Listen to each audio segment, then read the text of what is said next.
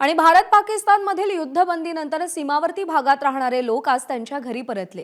4 रात्री सतत गोळीबार आणि त्याचा आवाज ऐकल्यानंतर पाहिल्यानंतर गावकरी आपली घरं सोडून श्रीनगर बारामुल्लाकडे निघाले होते। आता युद्धबंदीनंतर लोक परत येऊ लागले, त्याचा आढावा घेतला आमच्या प्रतिनिधींनी। पाहूया। भारत पाकिस्तान सीजफायर नंतर सीमावर्ती भागात राहणाऱ्या लोकांमध्ये आनंद दिसतोय, कारण त्यांना आपलं घर सोडावं लागलं या शेलिंग किंवा इंडिया पाकिस्तानच्या युद्धाच्या तणावामुळे, आणि सीजफायर झाल्यामुळे ते पुन्हा परतलेत।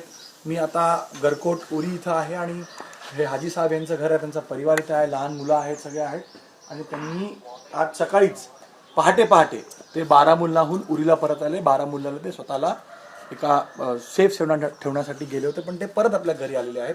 हाजी साहब, आपने 1965 के 71 की जंग भी देखी जी। उस समय शायद आप नहीं गए थे, कल जाना पड़ा था। जी नहीं, उस समय हम नहीं गए, हमने घर नहीं छोड़ा, यहाँ से घर में ही रहे। लेकिन आज की बार 4-5 दिन 6 दिन तो हमने बर्दाश्त किया, लेकिन उसके बाद बर्दाश्त न कर सके और यहाँ से हम यहाँ से निकल गए।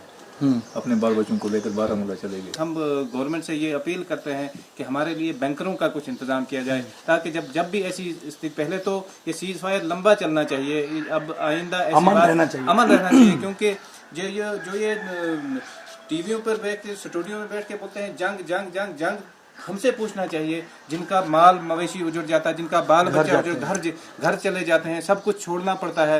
मतलब ऐसी स्थिति बन जाती है कि इंसान को फिर कुछ नहीं, सब मतलब अपने बाल बच्चे छोड़कर, सब कुछ छोड़कर हम कल निकल गए यहाँ से, तो वो हमारा ही अंदर जानता है, दिल खून के आंसू रोता है।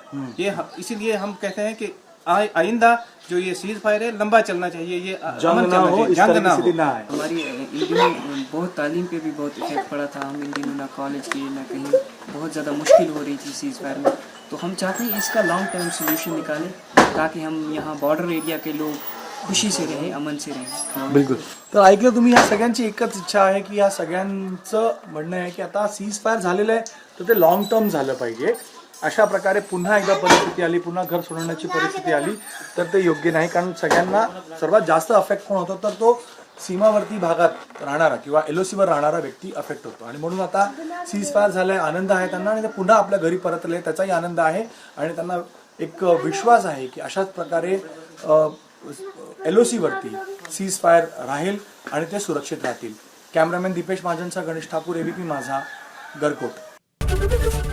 एबीपी माझा, उघडा डोळे बघा नीट।